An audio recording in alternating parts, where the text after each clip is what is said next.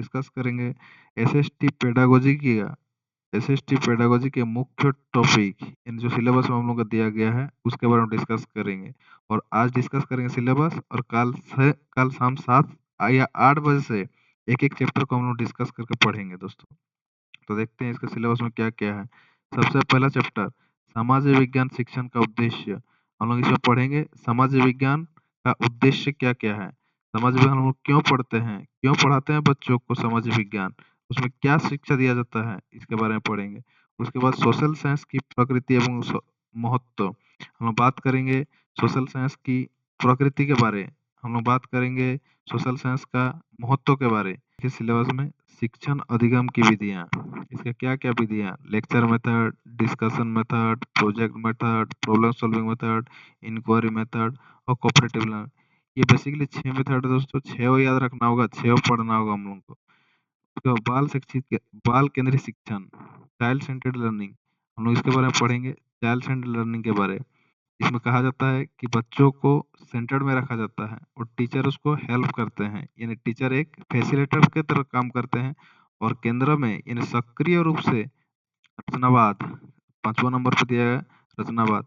6ठा number गतिविधि आधारित शिक्षण। गतिविधि मतलब डूइंग बाय लर्निंग। हम लोग इसमें बात करेंगे एक्टिविटी बेस, बात करेंगे खेल के द्वारा सीखना, खेल के माध्यम से सीखना जो होता है। उसका 7वां नंबर समाज विज्ञान में मूल्यांकन। मूल्यांकन बहुत ही इम्पोर्टेंट चैप्टर है दोस्तों। सीडीपी में इसका बहुत अहम भूमिका है, तो इसीलिए हम लोग इसमें भी ध्यान से पढ़ेंगे। फॉर्मेटिव असेसमेंट क्या होता है, समेटिव असेसमेंट क्या होता है, डायग्नोस्टिक असेसमेंट क्या होता है, तीनों को पढ़ेंगे और इसमें बात करेंगे कि ये तीनों असेसमेंट के तरीके सोशल साइंस में किस तरह इफेक्ट करता है।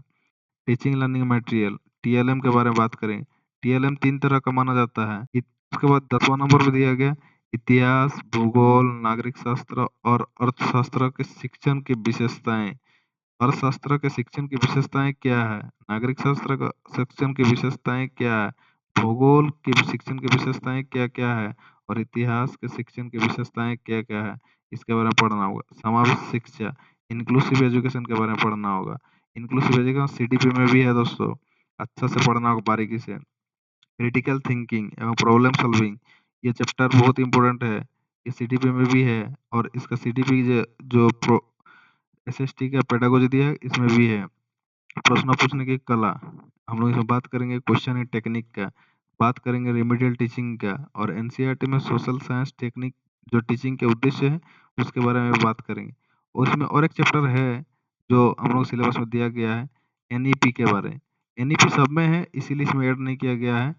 एनईपी हम लोग सीडीपी में भी पढ़ेंगे और इसका जो पेडागोजी पोर्शन है उसमें भी पढ़ेंगे। एनईपी 2020 ये तीनों में दिया गया है, सब में दिया देखा गया तो इंग्लिश में भी है, हिंदी में भी है और सीडीपी में भी है, इसीलिए ऐड किया गया नहीं है, इसको पढ़ेंगे।